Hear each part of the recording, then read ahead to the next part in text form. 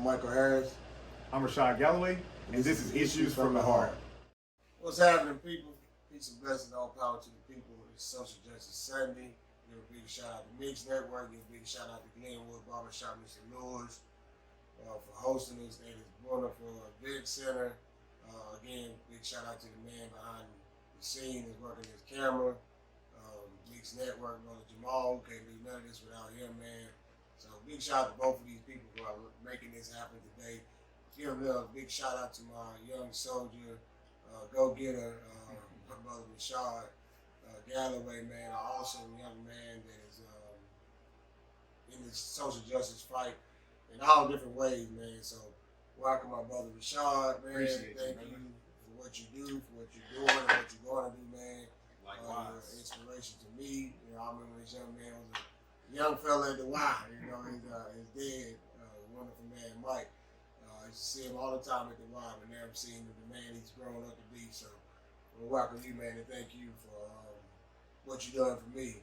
Those that don't know, you will know after the day what happened out in Akron, Ohio. But through what happened in Akron, Ohio, Brother Rashaad put a petition together. So that's what we're coming together to talk about social justice work and talk about this petition and just continue to fight for the fight. Continue to fight the fight. Well, pass it over to you. You can introduce yourself, tell what you're about. Well, first I want to say thank you to Brother Harris, number one, just for, coming up and spearheading the carrying out of this idea of, spreading the word about social justice, not only in the regional community, but in communities across the United States. Just like I'm in the fight, he's been in the fight. I feel like I'm kind of a behind the scenes person. I try to pull the strings behind the camera, but Mike is out there on the front lines. He's out there face to face with the police officers, protesting. I see him in different protests every week. So just want to thank him for that. In terms of what I am doing, I help Brother Harris with creating a petition, of course, which we'll talk about a little later.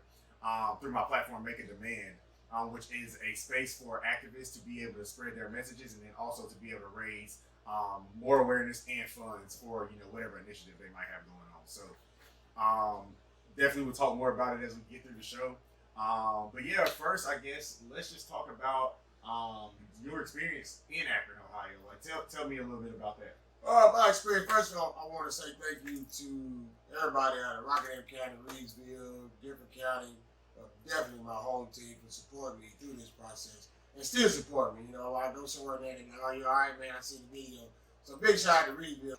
Thank each and every one of y'all, man. Again, thank Reedsville for showing up, showing out when that happened to me out there. So my experience in Akron, Ohio, man, I got the call about Jaylen Walker. It happened June the 27th of 2022.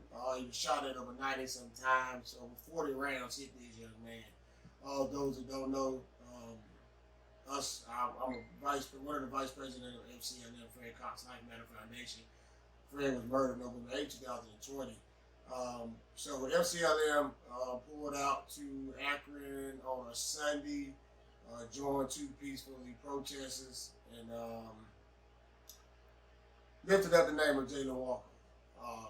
The reason for that is that we are turning pain into policy, we are turning the pain into purpose, and we feel when our community is in need, or any community is in need, we have to respond. This man was shot at over 90 sometimes for a simple traffic violation. No one should be shot at over 90 sometimes. There have been white people that's been armed and dangerous that have murdered people and not been shot at one time. So we touched down out there on that Sunday. I think we stayed out there 2 or 3 days and left. The energy was crazy out there. You could see that it wasn't a common thing to protest out there. That night, that Sunday night, that tear gas, probably over 40 some cans was shot at us that night. It was a crazy night. A good thing about it, everybody made it home safe. There was no injuries that night. So we went back up there. I think I got back up there on a Monday or Tuesday. Fast forward that Wednesday, we put a protest together. It was like a 14:30 protest. Probably started off with 3 or 4 people, then it led to, probably 5 or 10 later on, and then it just grew a little bit So as time went by, people started coming and the energy changed. So when people don't know about protesters, you got to be alert. You got to be aware of what's going on. So I seen in the process of that night, they started blocking the streets again with the snowplow truck. So in that process, I'm telling them, like, look, we got to move now because we're getting their response. You want a response from the law. You want them to respect you, not you respect them. They'll take that the wrong way. If you do, so be it. But what I mean by that is you got they're at the point that they don't respect us. On that day, June the 27th, they didn't respect Jalen Walker. Or before then, they didn't respect none of us. There's many more hashtags before Jalen Walker. Jalen Walker is just not the last and not the first. All right. So this man was in his car and they shot at him 90 times. We was there peacefully protesting for this young man, saying that Jalen Walker's life matter because we are the voice for the voiceless. We are the voice for our community. We are the voice for the family. So as they're coming out, we see them put the snowplow truck. So I'm telling them we got to change what we're doing. We got to keep it moving. In that process, we did not keep it moving. As you can see, I can share this video with y'all right quick and give you a little more understanding of what happened. And if you can, you good with that? Okay. So as you see in the video, what's going on?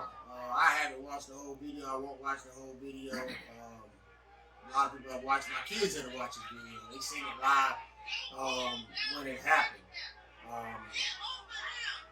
It's still a mind thing to me. It's still mental to me.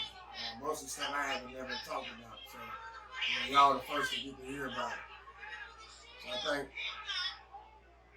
it'll be shared in a live streaming when my brother Jamal puts it together, so you'll be able to catch the petition with the video in it.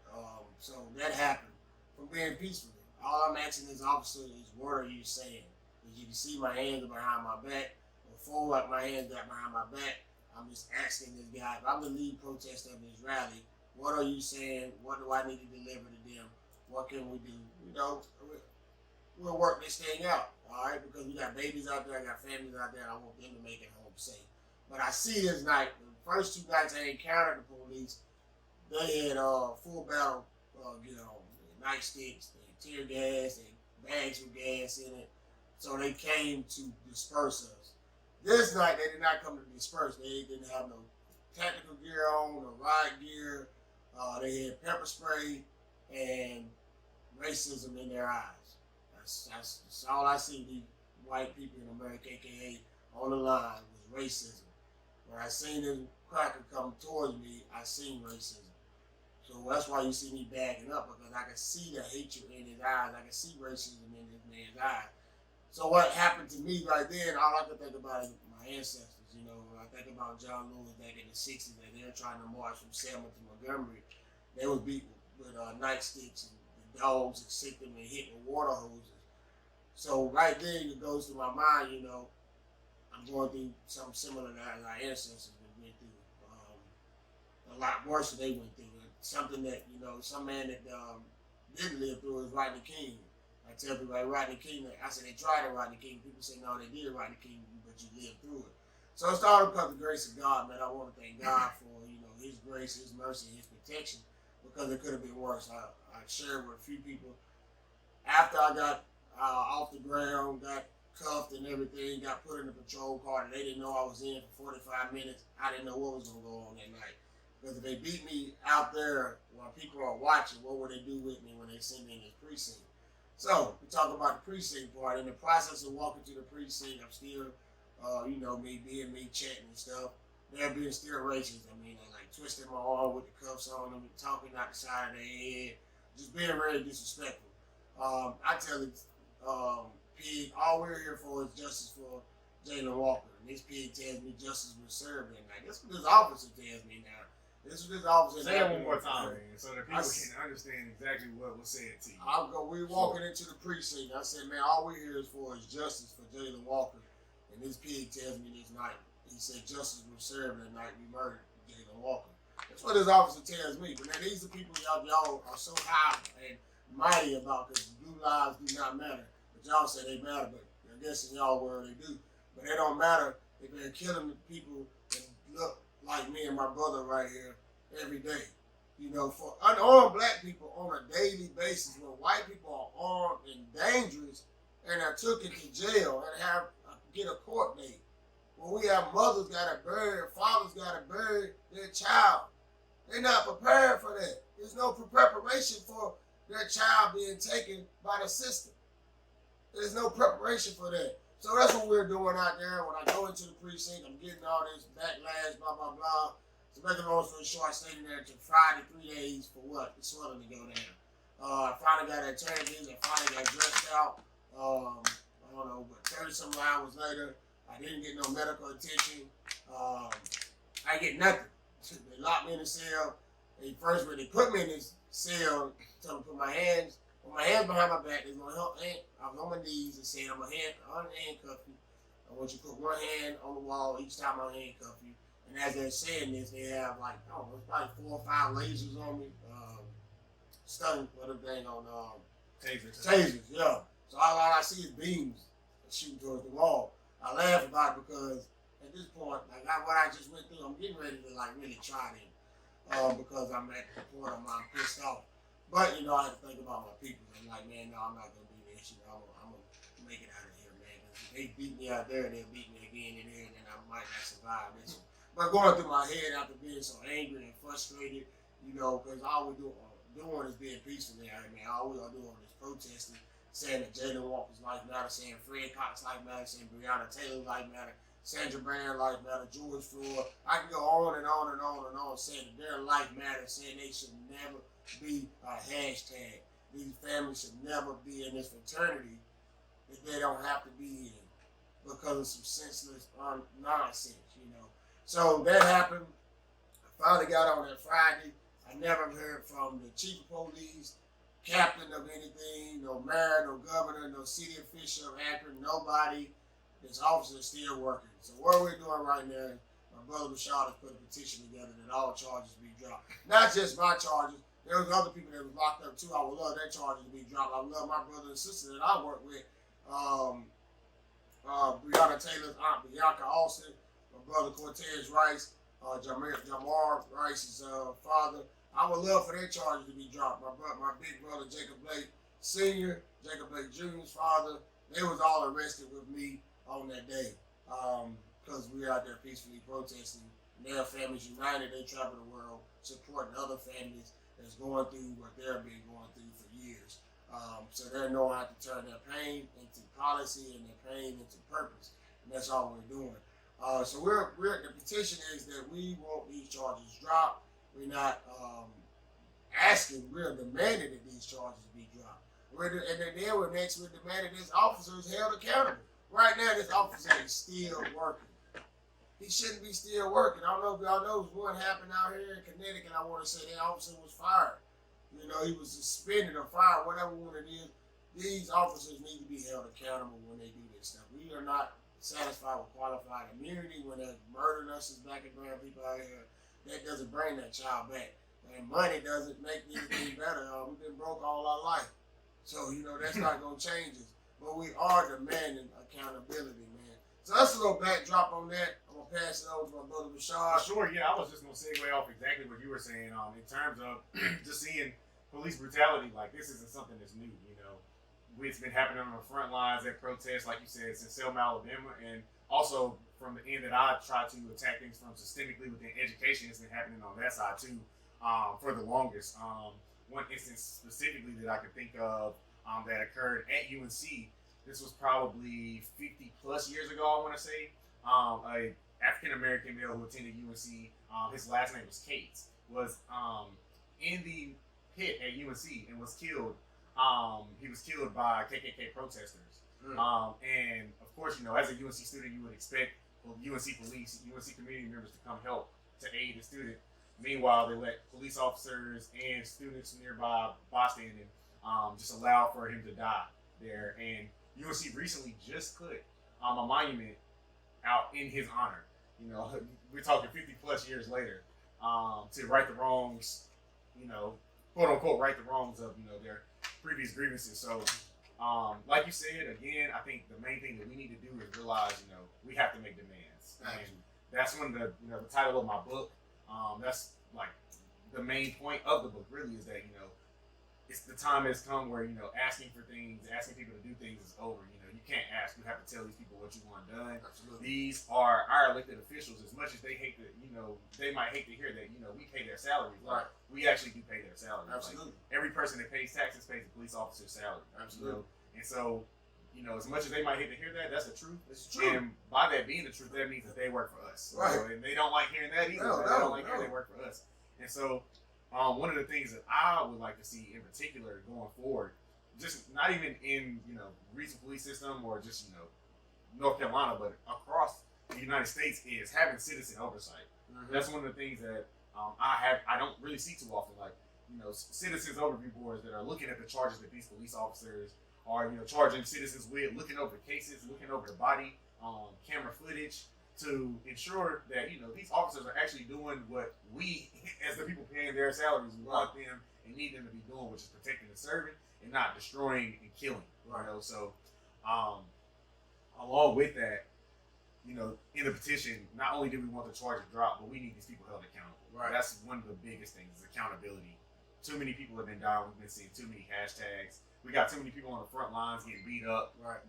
In honor of these people who we're trying to stand up for. And what's happening is, police officers are seeing that and seeing it as an opportunity to, get even almost, Mm-hmm.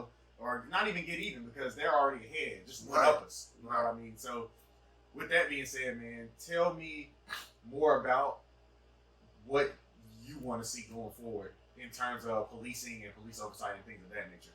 Well, going forward, I definitely want to see officers held accountable.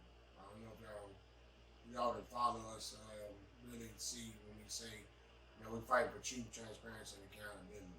The truth just came out about Breonna Taylor 4 years later. It's 4, maybe I think it's 4, 2, yeah, no, it's 4, I think. How many? I think it might be 2. How many years it is? I work with so many cases, I forget my time, like years and stuff. But after so many days and months of no accountability for a young lady that was asleep in our house, they finally come out and charge these officers. It's sad that they wasn't charged in the beginning. This woman was asleep in her house and lost her life. It's sad, but these officers get away with this stuff on a regular.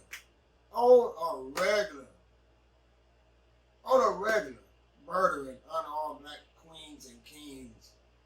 There's boys you ain't even heard about. And never will. They never will. That ain't been national. Thank God for the young social media activists like you. Sure, thank God for the young lady that day for George Floyd. Because without that, we would have never saw it. And it would have never had accountability. And those that don't know, there's only been 3 since I know I've been living. I know these 2 been living. That we have had 3 accountabilities, and that is George Floyd, Dante Wright, and Ahmaud Arbery. Ahmaud Arbery was racism. All 3 was racism. But Ahmaud Arbery was by 3 racist white people, and Dante Wright and George Floyd was by the pigs. But still the same system. Because they all the same. They modern day slave catchers. But I want to see officers held accountable. I want to see when they're fired from one precinct or let go, they're not able to go to another precinct and work. And some need to start coming out of their pension that when these families' children are murdered, officers have to feel this pain. Not the state feels the pain. The officers need to feel the pain. The officers are doing this because they don't have no consequences behind it. That's why they're doing it freely. They can go to another state and get a job in a blink's notice. It is crazy. Bro, I haven't been everywhere, but I've been a lot of places protesting. And when I go there, I don't know if I'm going to make it home. I don't know. I don't know what's going to happen. But guess what, though? I'm moving no fear. No fear. Because you can't fear these people. They ain't been fearing us. We don't fear them.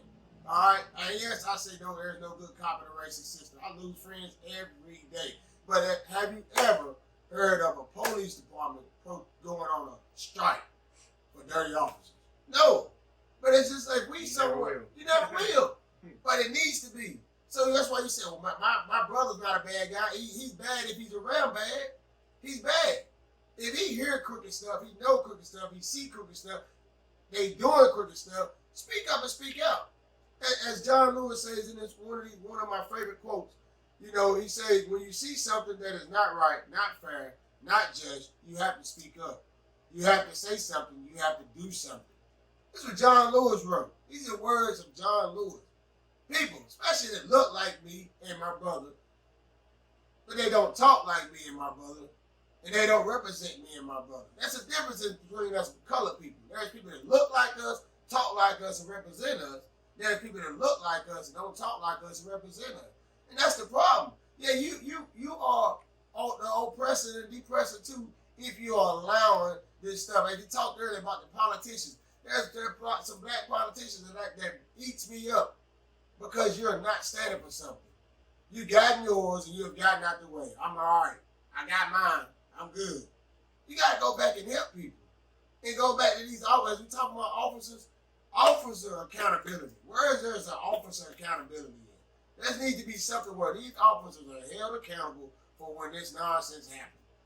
Because when there's not that, we keep having what we have. As you see on my shirt, hashtag. And so, man, I got so many clothes with different pictures on it. It is sad. It's sad. It is sad. You know, as I'm talking today, there'll be another hashtag this week coming up. It's sad. You know, so what we want is officers held accountable, man.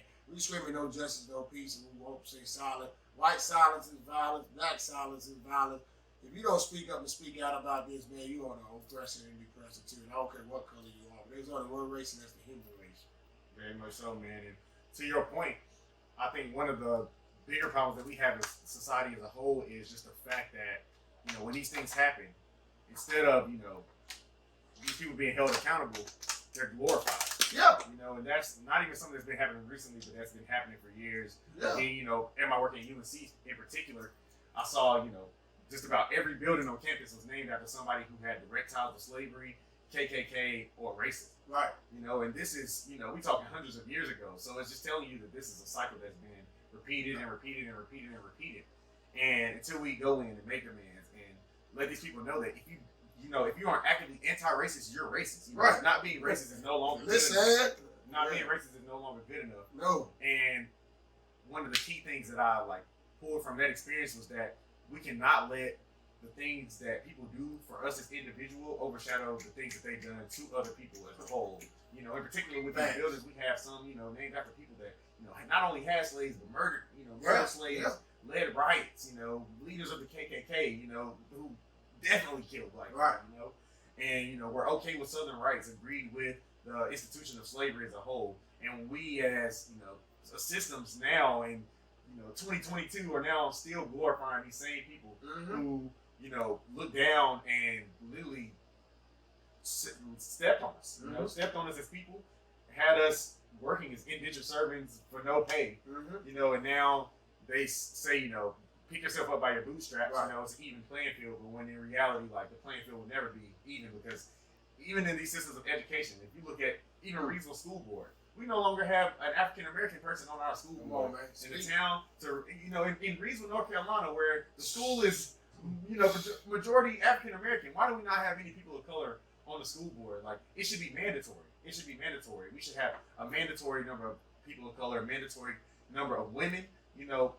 Not focusing on these things is only pushing us back further and further. So unpack that then. Why not, I'm glad you brought that. Why not at Rockingham County? Why not at Reedsville? Why not black people are speaking up about it in Reedsville then? Honestly, it's because two things. Like, as you can see, the people who are in positions of power have been in positions of power for a long time. Like, and as you know, Reedsville has, you know, a lot of younger people leave Reedsville. That's also one of the other things, because of the type of area that Reedsville is. The way that the world is moving in terms of technology and, you know, jobs being virtual and things of that nature, Reedsville doesn't really support that type of infrastructure, because all that we bring into the city is factory jobs that in 5 to 10 years are going to be replaced by, you know, AI, automation systems, and robots. So, you know, in us not being able to prepare our youth in schools, you know, it again all starts with education. These students, you know, we have technical centers now, but like, are we really providing students with the right resources to be able to get those jobs that they want in the future? Are they able to be coders and developers and build software systems and create their own companies? Are they being taught about entrepreneurship? Are they being taught about finance? Are they being taught about taxes? You know, that's one thing that I didn't really learn a lot about until really my later 20s, if I'm being honest. Learning about how the tax system affects us. You know, as Black people, a lot of times, you know, we always looking like, oh, well, I hope I get something back. Well, I hope I get something back. And I realized, you know, in the rooms that I was in the places and people that I were around, they were looking on how to spend less money on taxes. They weren't looking at getting money back. They were looking to spend less on it. And so it kind of reframed my perspective and made me realize, like, oh, we were never taught about this. Like, I didn't know about, you know, deductions, standard deductions and things of that nature. Learning about just how taxes are basically, America is catered to businesses. Businesses get taxed at a 20% rate, where you know, the average American gets taxed, you know, if you're making 100K plus, you know, you're getting taxed at 40, you know, 30, 40%. So, you know, America's made for businesses, and they don't teach us about how to run those. They don't teach us about any of that. And again, that all starts back at the school board. The people who decide where the money goes, what resources we're bringing in, and, you know, what our students actually need. And the problem with that is these people are so far removed from society and the world as a whole, you know, that they have no idea what these automation systems look like. Right. They don't know what the new jobs are that are going to be coming in the future. You know what I mean? They're too far removed from it. And so, one, we need younger leadership. We need them we don't need the youth reaching out to them. We need them reaching out to the youth. Yes. It should be, you know, they always talk about, oh, we need youth to lead, we need youth to step up. You need to reach out. You know, you need to let us know that you need our help. You know, make it aware instead of trying to make the decisions on our behalf on their own. So that's one of the key things is, you know, making sure we have an automated lens. Think about technology. Think about the way that the world is going to move forward. You know, past 2022, we are very in the moment city, or in the moment county, as I like to think of it. And, you know, just through my experiences, being able to, you know, teach entrepreneurship to students from across the state, and, you know, seeing the academic resources they had at their schools in comparison to, you know, and a lot of the times these are like, of course, high schoolers and middle schoolers, you know, I'm looking at them and they have stuff that I didn't even, you know, wasn't available to me until I got into college. Right. You know, we have middle schoolers picking majors. You know, that's something that, like, for me was unfathomable coming from Reedsville, where, you know, we got 4 classes sharing the same set of books. So, you know, I feel like we have to transition our focus to making sure we provide our youth with the stuff that they need. Because in the long run, you know, we can focus on the people that have, we need to focus on the people that have jobs now too. But, you know, to keep going forward, to keep going forward, we just need to make sure that, you know, we provide our youth with the proper resources, for sure. For sure, man. But yeah, going from that, I just want to talk more about the petition, and just like, honestly, my initial reaction was crazy. So I was randomly on Facebook one day. Actually, no, I wasn't even on Facebook. I saw the video on Facebook. One of my friends, I'm not gonna call him by name, but he actually sent me the video. It was like, yeah, man, have you seen this? And so, you know, I'm not expecting to see anything. I look at the video and I see a black man getting punched in the face 3 times, not even realizing it was you at first. And so I watched it like you know how it is. Like, we see these things so often. Like, it's just, you know, you just watch it again, you watch it again, you watch it again. And as I'm watching, it's like, that's Michael. Like, I know him. You know, I know who that is. And it takes the situation from being one, like, you know, where our minds are already pre-programmed to see police beating on people, to, like, now I see police beating on somebody I know. And, you know, for me, it similar to what happened with the book, when I was looking up the people's names and seeing all the racist things that they did, like, it spurred me to action, where I was like, man, like, this is not right. We have to do something about this. And again, similar to that situation, the first thing that I thought of was a petition, because, I mean, honestly, those are the quickest ways to raise awareness and to get people to, you know, advocate for the causes that, you know, you want them to advocate to. So, in terms of that, just talk a little bit about the outreach and support that you've gotten from just like the petition being out. Like, what are some of the stuff that you're hearing from people in the community that, like, are supporting your cause? Well, first of all, I just want to again say appreciate you, Mr. Galloway, for putting the petition together and for reaching out, man. You reached out out of love and concern, man. It meant a whole lot. You know, to definitely hear from the home team, man. So I appreciate that, man. I thank you again for being an inspiring young man and having that type of fight in you, man. It warms my heart and my soul that I know it's gonna be a better place because you out here fighting with me. So yeah, sure, man. I've got a lot of love, man. I want to say thank you to my sister Tanika, my brother Omar, Miguel. They came out there to make sure I made it back home. They was not leaving Akron until I came out of that jailhouse, and I came down there and gonna roll with them. I got a lot of love and concern from people. A lot of support. Man, just how you doing, man? Can we talk? Do you need to talk? I hate that happened to you, man. Dang, what happened out there? You know, different things, man. And I'm still in shock of it. I had to go on like a 2-week mental break about a month ago, man, before I started back being an educator. I just went off the grid for a while, man. Because it's still a mental thing, man. I'm still in shock. I'm still fighting charges out there. Going to court, Zoom. Talk more about that. Yeah, tell us exactly like what were you charged with? We've all seen the video. We saw you with your hands behind your back. We saw the police punch you in the face repeatedly 3 times in a row. We heard the lady in the background say it. But what did the Akron police actually charge you with? Charged with resisting arrest, disorderly conduct, and starting a riot, and something as a 4th charge. All of them on some bogus stuff. As you see in the video, I'm not starting a riot, not being disorderly conduct, or resisting. I'm not resisting. You're really asking the police a question. I'm asking them. You can literally see your head turn talking as you know. Yes, and even before my head's turned, when I'm walking out towards him, I'm asking him, what are you saying? Because they don't have a PA system that you can hear. They don't have a speaker that's delivering whatever they're trying to say to us. And if I got hundreds of people out here chanting, can't nobody hear you. So all I'm saying is, what are you saying? So possibly I can deliver this message, and I want these babies to get home, I want these families to get home. So yeah, they charged me with that bogus stuff. I'm still continuing to fight. So I need y'all to fight with us, man. Fight with us and for us to get these charges dropped, and that's to hold this officer accountable, man. That's what we're fighting for, and that's what we'll continue to fight for. And look, man, I'm not done fighting out here, man. I led a protest that Friday when I got out. I've been in more protests since then. I'm going to keep being in protests. Now, as long as Allah keeps me here and give me the air to breathe and the energy to fight, I'm going to fight, man. Screaming no justice, no peace. Very much so, and man, just in terms of support, definitely, please click the links in both of our bios. You can go to my website, Make a Demand, and go to petitions, which is on the homepage, and you can see drop all charges for Michael Harris. And you can click that link and sign his petition.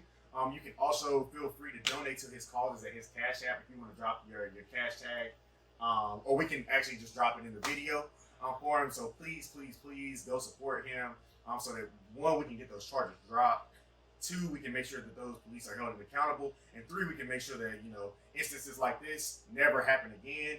And that, we know what's going on. Like, without having you on the front lines, without having the people there recording that video again, similar, to the George Floyd situation, we would have never known that happened. Like, It would have been your word against the police word. So, I just want to say thank you to, activists like you and other activists out there, the ones that might not even be out there on the front line, but are there with you on the front line, just recording the story, the journalists, the bloggers, the people, just the ones, putting their phone on Instagram Live and Facebook Live. You might not think it, is important in that time, but, you never know what you're recording. Like, you could be recording the next George Floyd situation. You could be recording the next Michael Harris situation. So, I just say to you, thank you. Thank you so much for that. Please continue to go out there, and also continue to fight for the issues, that are affecting us. Some other issues, even outside of, just, racism within the policing systems and education. Also, racism in our own communities, specifically economically. Right. That's the area that I come from. A lot of things from, being an entrepreneur. It's hard for Black businesses to understand, what they need to get the correct funding. It's hard for them to get the correct resources from the city, and in Reesville, let's be honest, it's not a very economic rich area to begin with. There aren't a lot of resources. If you wanted to go start a business, there's no free money out there that you could go get tomorrow to go start that. Whereas a lot of times the people that we're up against, they don't need those types of resources because they already have them. So one of the things, exactly, they were stolen. So one of the things that I'm working on is trying to even that playing field. Right. So one of the initiatives that I'm proud to announce, man, that I want to work on.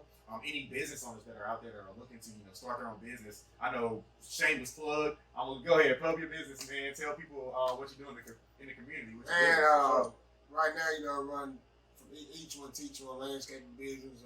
It's going, looking to grow bigger. But our vision is to help young people stay out of the streets, stay out of trouble, stay out of prisons, stay out of this systematic racism system, man, that they were built to keep us oppressed and depressed, man. Like I said, one of the vice presidents of FCLM, doing a lot of nonprofit work. Thanks to, man, a wonderful, wonderful queen from Reedsville, North Carolina, Mama Portia Perez, rest in peace to her. Without her, I wouldn't be the man I'm becoming every day. And not just her, my grandparents, I thank God for them. I thank God for all the support, man. It means a lot, man. As brother was saying earlier, man, thank God for everybody that shares things on live, on the social media platform. You might think it don't mean something, but it does, man. I really, really appreciate it. If we share something, you share it, man. Thank you, thank you, thank you. Thank everybody for the 388 signatures we got already. I might be off a number on the petition so far. Thank you all that's getting ready to sign the petition after this video was put out. Again, I want to thank Mixed Network, Brother Jamal behind the scenes, the man with the eye in the sky. He does a wonderful job, man. He captured great moments in history. This will be history in years from now. I want to thank our brother Lewis of Glenwood Barbershop, man. We need the event center somewhere to set up and do a little party, cook on the grill, have a meeting, do a podcast that we're doing, whatever of that nature. Contact me. I can get you linked up with my brother Lewis at Glenwood Barbershop. We'll figure out a date and time and allow you to use this building. I want to thank Allah, man. Without God, man, none of this would be possible, man. Allah has been a blessing to me, man. It's a song that says, I'm glad I don't look like what I've been through. All right. I'm thankful and grateful that he chose me to be a living vessel, to be a fighter, a freedom fighter. You know, I had the honor to go meet some original foot soldiers in March with John Lewis and them down in Selma, Alabama. And it was an honor to meet those that paved the way for us, those that got beat with nightsticks and hit with water hoses and hit by the K9 dog. It was an honor to meet our original foot soldiers. It's an honor to work with those fighting right now. But one thing I do request from us that are out here fighting, man, we need to band together. We need to stick together. We need to stay together.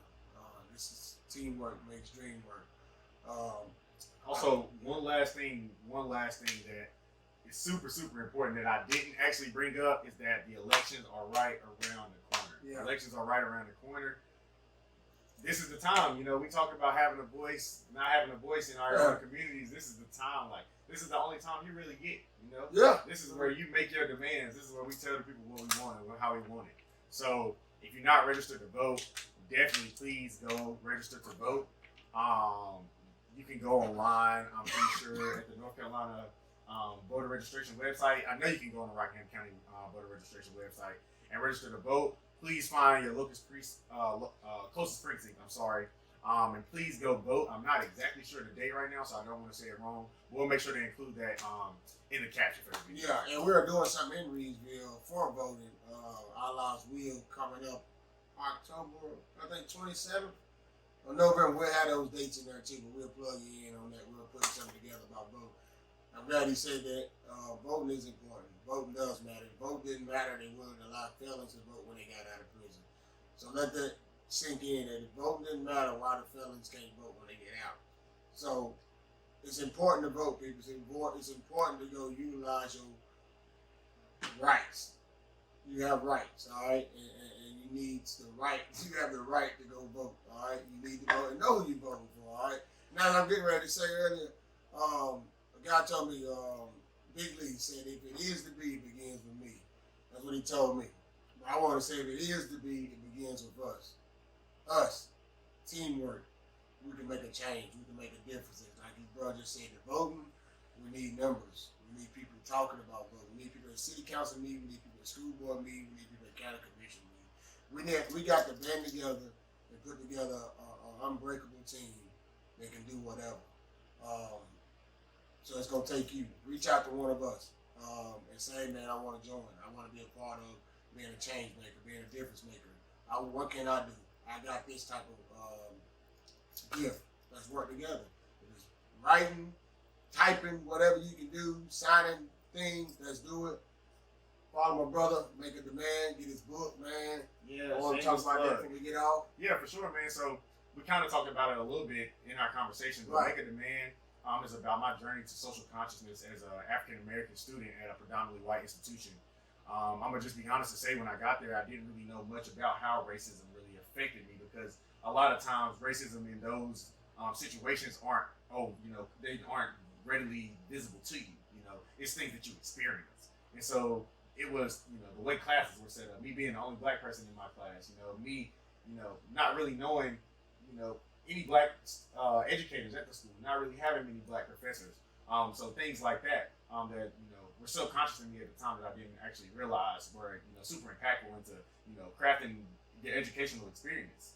So from there, I graduated from UNC, of course, and decided to come back as an entrepreneur coach. And while I was there, I was seeing some of the same things, but more open. There were a lot of KKK rallies in particular, and also just Southern rights rallies in general surrounding the Confederate flag and Solid Sand Monument on campus. And so in 2018, I think it was the year, Solid Sand was actually pulled down by a group of protesters who, of course, were against the statue. There was a lot of litigation and things of that nature that went up around it. And so from that, UNC was made more aware of the problems that we were having on campus. And one of those problems were that a lot of the buildings on campus were named after racist people that were actively slave owners and were for Southern rights. And so I decided that we can't allow things like that on our campus. We can't allow names like that on our buildings. And so they decided to change the name of one building, and I can't remember, William Saunders Hall was what it was named, and that was after William Saunders, who was the leader of the KKK in North Carolina. And so they decided to change the name to Carolina Hall instead of Hurston Hall, which you can see on the back of the book, and that is Zora Neale Hurston, who was a UNC graduate. And so she was actually one of the first black students at UNC, and she was a poet as well, if I'm not mistaken. So they decided not to change the building to her name, instead to Carolina Hall, and then they also put in a 16-year moratorium to stop the renaming of all the 30, 40 plus other buildings that were named after races. And so at that point, I was disgusted, started to learn more information about all of the people, and I decided that I had to do something about it. Went on Facebook, made a rant pretty much saying that the UNC system needed to change everything and change all the buildings. Put out the petition, and within 2 days, the petition had garnered 10,000 signatures. Wow. And I was able to push that to one of the student body president, who was actually on the board of trustees and formerly as the student body president. And he brought it up in a closed session that they held 2 days later, where they decided to rescind the moratorium. And so from there, they started the name changing process, started to rename some of the buildings, and we started to see name changes across the United States at universities nationwide. So there you go. Yeah, man, and the fight never stops, man. The fight never stops. There's so many other problems as it relates to racism and things like that go on, where the names were just a scratch on the surface, the overt things that we see. Now we have to make sure that our students have the right funding, that that they are properly prepared for class, that they know what's going on. So definitely, man, feel free to check it out at makeademand.com. Also at my website, again, you can sign Michael's petition to drop all of his charges and make sure that the police are held accountable. So please check that out, please. No justice, no peace.